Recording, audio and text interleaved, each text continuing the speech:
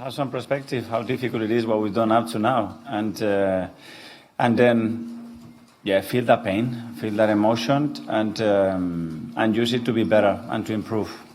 So we were very clear in what happened, the reason why it happened. Watching the game two times, we didn't deserve to lose that match, but this is football, and we get punished for things that are related to our identity, and that's the things that we need to defend in the strongest possible way, because that's the reason why that we are where we are today.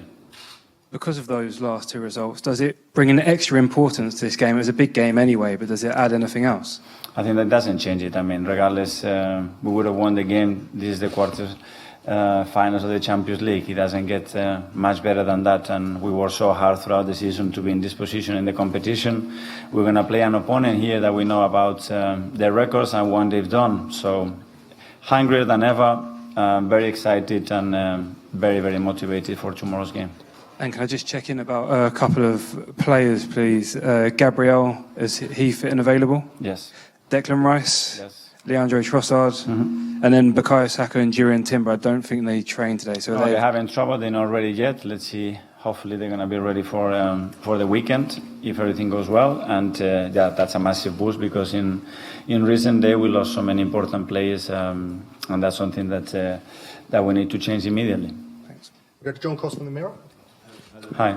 It's a hell of a week coming up, isn't it? And you talked about the players being hungrier than ever. How does that manifest itself? Do you see the determination in this group? What makes the qualities and spirit within this group so special? A lot of things. The way they communicate, the way they express their feelings, the conversation that obviously we had after that match, and because I know what it means to them, and I know how much they want it, and it's now the moment to show it, and we have to do it on that green tomorrow at the highest level. When you see the mentality and spirit being questioned a little bit, more mentality than spirit, but does that fire up the players, do you think? Do you always see a response? You certainly have, early in the season. That's in football, the first game of the season. That's going to be questioned. Is okay, what about Arsenal this season? And it's been like this for the last 9 months, and that's going to continue. That's never going to change when you play at this level for this club. There's always going to be a question mark, and that's it. You have to live the present. You have to deliver it every day. You cannot pick the games. You cannot pick the moments or the actions. It's every action, every game, every moment, and that's the standards that we set, and that's part of identity, and it's part of this football club. Dharmesh from Sky. Hi there, Mikel. Hi. Hi. Victor obviously is coming back to his former club. He could get an interesting reception from the home fans. How is he? Does he seem phased, and is he embracing what could be a testing atmosphere? I think he's very excited. Obviously, he's full of gratitude for his time here. The way he talks about the club, the players, the staff, everybody around the club, the experience that he had, how important that part of his journey sporting it's been, and and now it's Arsenal. It's the quarterfinals of the Champions League. He's never played at this level in the competition, and obviously you can imagine what it means to him. After what he did with Sweden in the international break, he obviously came back. He scored at the weekend as well. Have you noticed a different Victor Gyökeres, maybe a more confident Victor Gyökeres? I mean, those are experiences that you put in your veins, I would say, and it doesn't get much better than putting your country into a World Cup with a goal that you scored. So that's still there, and that's going to be there for the rest of his career, like all the moments that he's here, the moments that he's creating for us, and that's the story that he's creating, and hopefully tomorrow he's going to show another very good side of him. Just final one from me. Last season you played Sporting here, beat them 5-1. Since then, what have you made of how they've developed, particularly in this season's Champions League at this stadium? And before we played them as well. I mean, when you look at what they've done, especially at home, the way they have behaved in this Champions League, the opponents that they have beaten, we know the difficulty of the match. That's why we want it even more. Well, it's been our radar for years, but the most probably recent moment when we really look at it as one of the top targets, it was around December of last year, when we started to really think about, especially with the issue that we had with Kai, what we had to do in our front line, and he became one of the main candidates, and then the main candidate to be part of our club. It's obviously always difficult the first season with a new club and a new league. Are you in a place where you thought it would be, or have you hoped for more? I think it's where he is, and how successful the season is going to be for us, and when we analyze his season, is going to be defined in the last 7 or 8 weeks of the season. That's clear. And now some from Portuguese media. Yes. Hi, Mikel Arteta, Bárbara Simões Nunes for SIG Portugal. I want to ask you if you've spoken with Victor Gyökeres about Sporting, and for you, what are the main qualities of Sporting team? Just to understand, the dynamics, the culture here, the things that they have talked, the things that they had obviously discussed when they play against us, and to have more information about them that we can use in our favor. A lot of qualities, obviously, what they're doing is remarkable. The record that they had at home is just incredible. So you need to be very good to maintain those level of performance and consistency.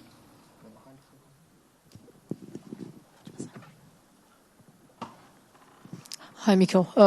Inês Geraldo, RTP Notícias. My question for you is about Morten Hjulmand. You won't be playing tomorrow. How do you think that will influence Sporting tomorrow? And do you think, what are the main differences from Sporting last season to this season? Thank you. Every moment of a team is different. Obviously, they're in a high moment, especially the way they got into the quarterfinals and the game that they played, for example, here against Paris, or the recent form in the league. That's it. At the moment the whistle goes, is a game that's going to have different kind of moments, and is how we're going to master those moments to take the game where we want and win it. Okay, last two. Firstly, gentlemen here. Hi, Pedro Casteleiro, A Bola. How do you see Rui Borges' work? He wasn't in charge last time you were here. What changes do you see on the team, and how do you analyze this Sporting team? Well, very good, obviously, where he's got a team at the moment, the way he's playing, performing collectively, and then when you look at individuals, what they are doing and the way they are developing as well, very impressed. So, yeah, every coach has his own thing. I think he's connected with the team and the club in a really powerful way, and doing a great job. And finally, one here. Hello, Mikel. Aqui. Here. Rodrigo Lima, Bola na Rede from Portugal. Sporting is a team with a lot of variability, able to move players into central areas, but also create danger on the wings with players like Maxi Araujo and Jenny Catamo. How do you see this variability influencing the game tomorrow, and which players do you consider the biggest threat? Thank you. Well, a lot, because that's the reason why they are there, because they have a lot of quality, as you say, a lot of variability within the spaces that a lot of players can occupy in the attacking phase, and then, they can unbalance the game because they have the individual quality, and you haven't mentioned some others as well, that they have the capacity to do that. Obviously, the phase of play, when those players get in those positions, starts earlier normally, so the problem starts earlier than sometimes in this moment it's too late to give the solution. So that's what we'll try to do. Okay. Well, of course, it's a disappointing moment, obviously losing against Southampton in the quarterfinals of the FA Cup. But now that is gone. We just have to use that fuel, that pain that we had after the game, just to pick it up for the rest of the season, and it starts tomorrow. And that's the most important thing. It starts tomorrow. That's the most important game. And that's it, basically. And the role is just, you have to be together, enjoy being out there together, and that's the most important thing. Is it coming down now to mental strength more than anything else? And what are you seeing that maybe you can get a different outcome with these two competitions that you're in compared to previous seasons?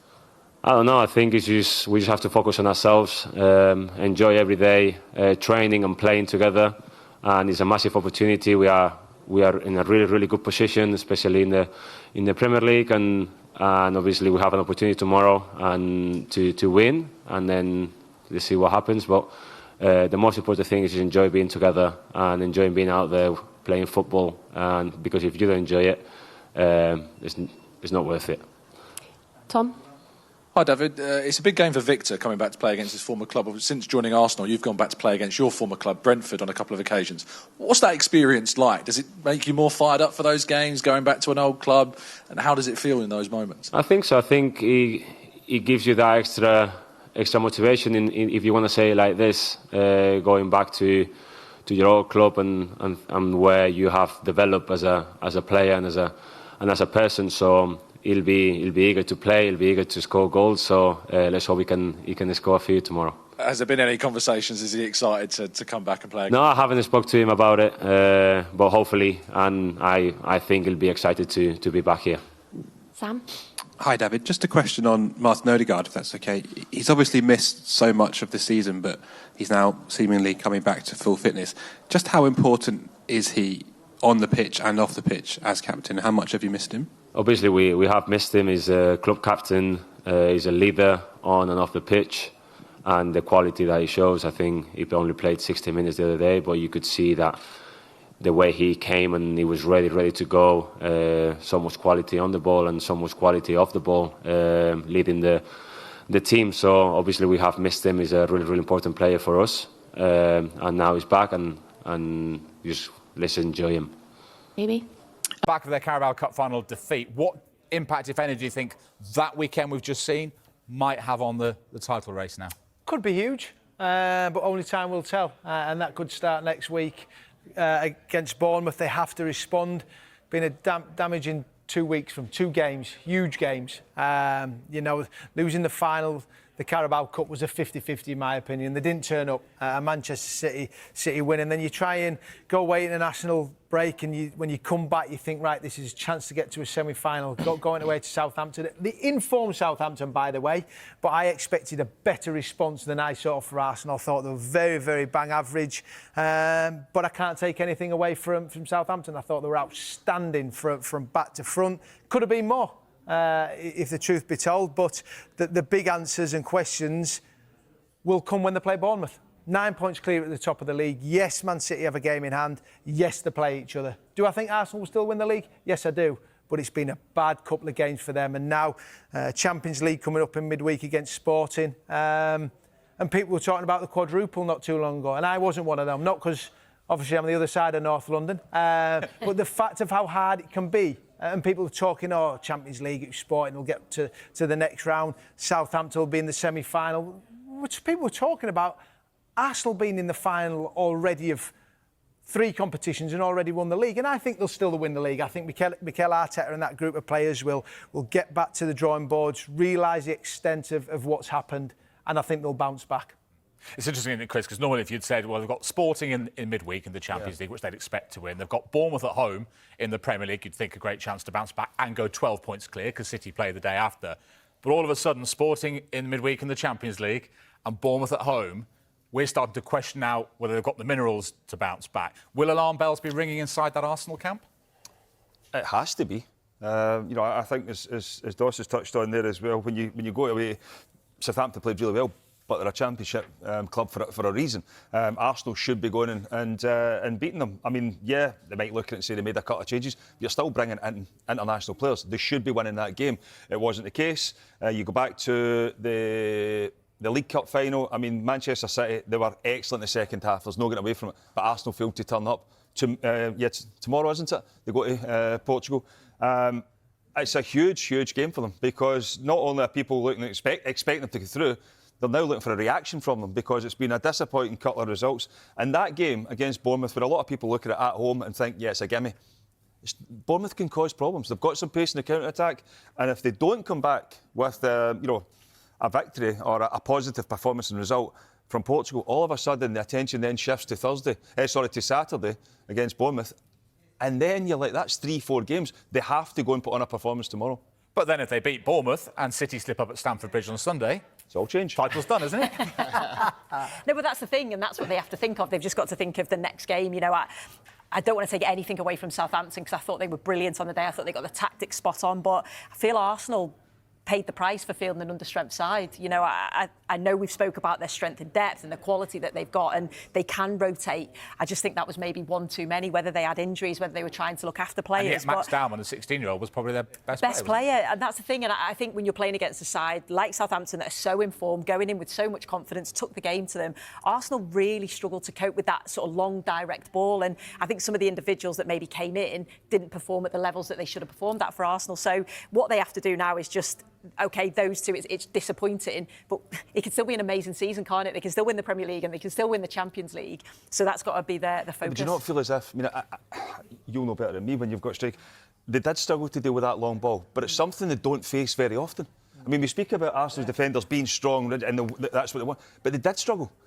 You know, and you look at the Championship, yes, it's more direct. Yes, they'll ask questions of you defensively, but they've got to stand up. We speak about them maybe rotating a few. It's international players they're bringing in against the Championship team. They should be winning that game comfortably. It's a chance to go to a semi-final off the back of the negative press and everything they had for their disappointing performance against City. You know, I'll say it again, the Champions League game is a huge game for them because all of us, everything can change on that, everything. And then the pressure really starts to mount. But Boydie, do you not think with the team that he changed, I mean, as in defensively, I think Arsenal have been solid. That, you know, when you've got Saliba and Gabriel back there and you've got David Raya in there, surely I would have been looking at that thinking we've just lost the Carabao Cup. We've got an absolute brilliant chance. Everyone's talking about us getting a treble or, you know, a double or whatever. But he goes in there and Sue just said, you know, it's an understrength side, but they're still internationals, which I understand. But why on earth would you not take that serious? I don't think we can't sit here for I don't know how many weeks have we sat here and said Arsenal have got an unbelievable squad, their strength and depth, they're going to a Championship team, and now we're saying they're resting players up and everything. Ben White played for England during the week. Mascara played for Spain during the week. Gabriel, Lewis Skelly. I mean, listen, I think his performances have dropped off this season, but he was still a top player. When you look at that Arsenal team, Gabriel Jesus, a lot of people, you go back a few weeks ago, people are saying he should be the man at the top of it. Havertz came back. Another international player. I mean, they might not be firing on all cylinders. That team should still be enough to beat Southampton. Let's not be kidding. It should be, but clearly it's not. That's what I'm saying. Why would you not stick with your safe pair of hands where you've got David Raya in there and you've got your two centre-halves, Gabriel and Saliba? I don't know why he's tweaked and changed. Obviously, they're game midweek, but I think that they've got an opportunity to really nullify and quieten the noise. Now he's just added more pressure onto himself. And for me, what's going to be best for Arsenal? Would you choose Champions League or winning the Premier League?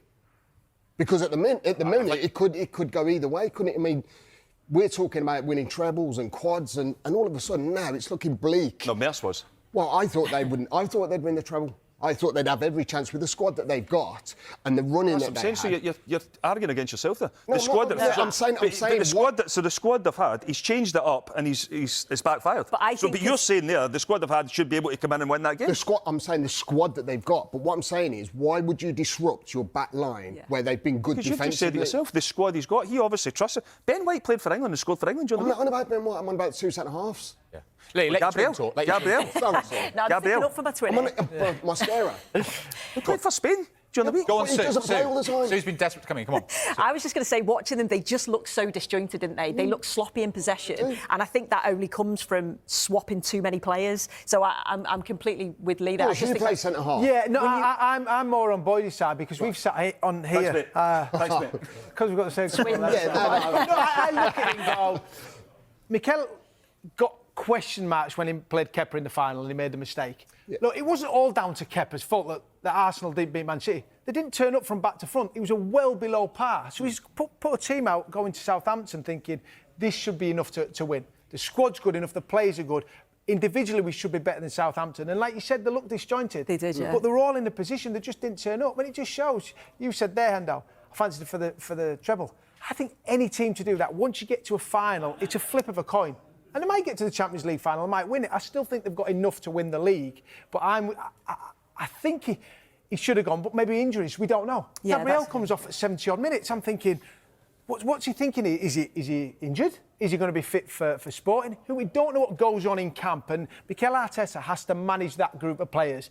And let me tell you, when he sends that team out against Southampton, he expected them to win comfortably and bounce back from that disappointment of the Carabao Cup. But I can understand with you as well going, well, I would have put David Raya in there. He's a goalkeeper. Yeah, but he plays every game. Kepa's a cup goalkeeper. He's the one that usually plays the cups.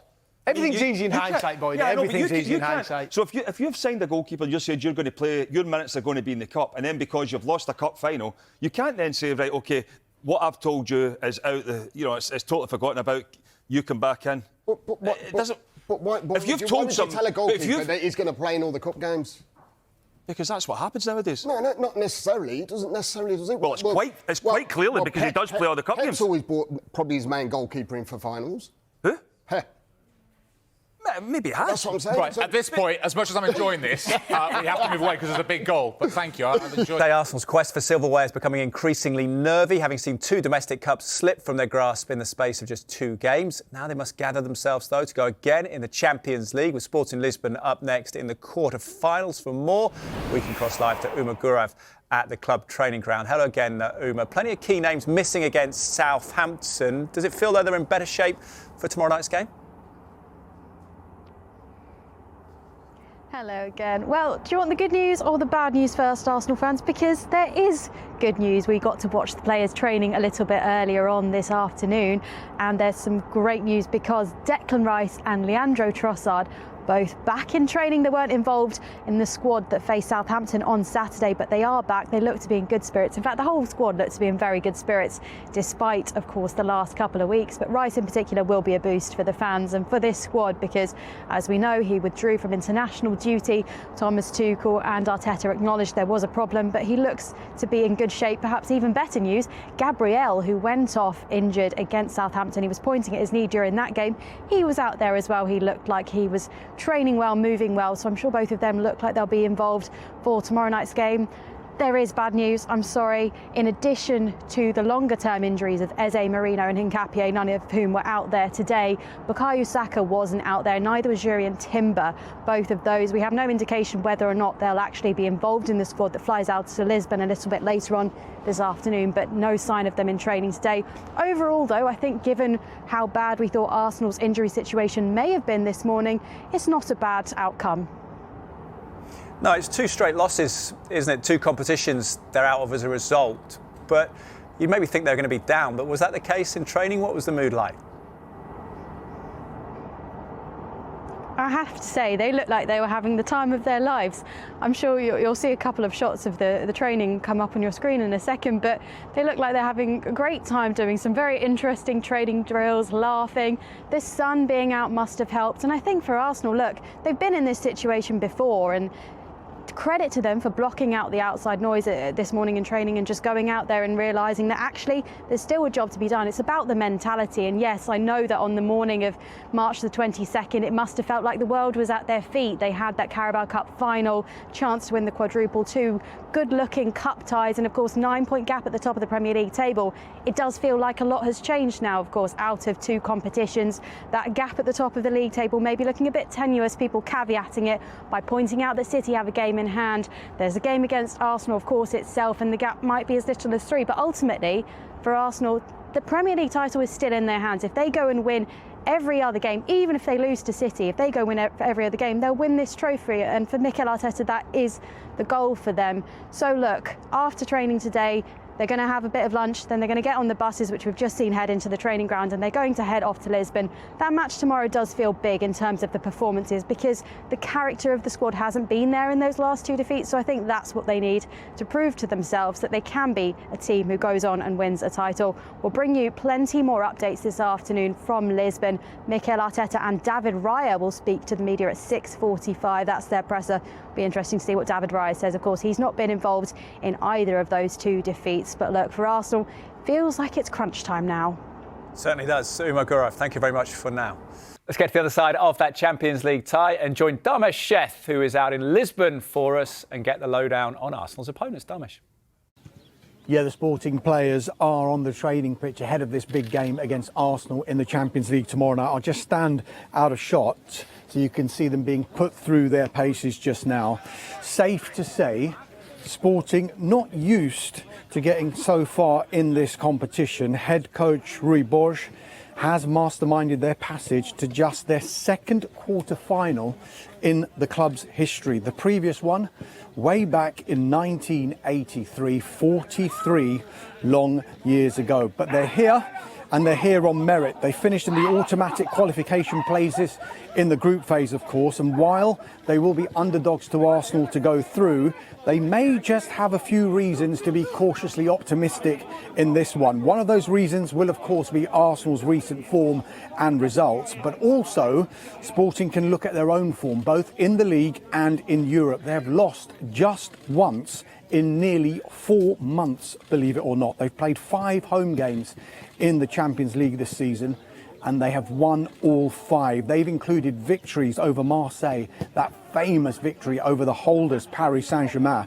and then what a victory over Bodo Glimt by 5-0 in the round of 16. That's after they'd lost the first leg and seemingly were exiting the competition by 3-0. And in Colombian striker Luis Suarez, yep, that's the name, they have filled the void left by a certain Victor Gyökeres, who's expected to start for Arsenal against his former club tomorrow night. Suarez's record is incredible so far this season. He scored 30 goals from 34 starts in all competitions. He's also got 5 in the Champions League, including both in that 2-1 win over PSG. Trincao is another player that Arsenal might be wary of. He's a former Wolves midfielder, of course. He's got 4 goals to his name in this season's Champions League, and there might be an element of revenge in the air as well tomorrow night. Sporting faced Arsenal at home in last season's competition in the group phase and lost by 5-1. It's a busy evening of media activity to come. Sporting boss Rui Borges will be joined by Maxi Araujo at 6 p.m. As for Arsenal, they've been training at their London Colney base, as is their way before away Champions League games. They'll fly out to Lisbon later on this afternoon, and manager Mikel Arteta and keeper David Raya will face the media at 6:45, and we will bring you the best of that right here on Sky Sports News. OK, we'll do that. Now let's get to the other side of the Champions League tie for Arsenal and join Dharma Sheth, who's out in Lisbon for us. Get the lowdown on Arsenal's opponents. Yes, thank you very much indeed. We've just been watching the Sporting players being put through their paces in their open training session ahead of this huge Champions League quarter-final first leg against Arsenal. I'm pleased to say I'm joined by Ines Coelho from Sport TV. Ines, it's great to get a Sporting perspective on this because everyone believes Arsenal are the favourites and they're expected to win. What's the feeling here? Do they feel Sporting have a chance of creating an upset? I guess the fans are really motivated and confident because Sporting is doing really good results at the Champions League and of course the champion.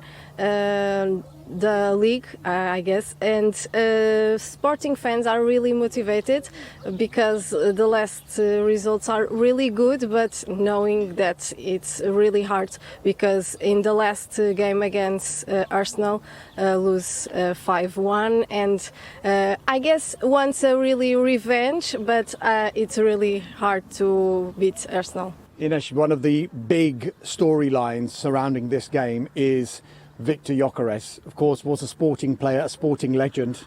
Now he's at Arsenal. He didn't leave in the best way, according to some Sporting fans. What is the feeling towards him? What reception do you think he will get tomorrow night? I guess some fans of Sporting, when knows that Sporting win Bodo Glimt, first thing that minded it was Gyökeres will return and not to we will face Arsenal, so you can feel that it's a really important thing that Gyökeres return at Sporting, and I guess that Sporting fans are in peace with the club and the results and are in really good space, so we'll receive well at the stadium. But some fans are really like disappointed about the way that he leaves Sporting. It was really things that don't work really well for the Sporting fans and for the club. But I guess it will be a good receive at stadium, but I guess it's like 50-50. Okay. But more fans, I guess, will applaud and know that at Sporting have Luis Suarez, that is a good striker too. Just finally, Ines, before I let you go, the Sporting aren't really used to being at this stage of the competition. In the guise of the European Cup, in the history of this competition, they've been to the quarter-final. This will be their second time in the quarter-final. If, and it's a big if, they can somehow make it to the semi-finals, what would that do for Rui Borges, the head coach? Where would that place him in the history of this club? Rui Borges has a stage that some fans really like him because what he's have done in the Champions League. It's really important for the club, and he came in a really difficult days of Sporting because the transition of Ruben Amorim, but I guess fans will love if that happen, and Rui Borges will be in a good place to be here in Sporting. Ines, thank you very much Thank you. for your time. Sporting against Arsenal, it's an intriguing matchup, and all the talk going into this one has to be about a certain Victor Gyökeres.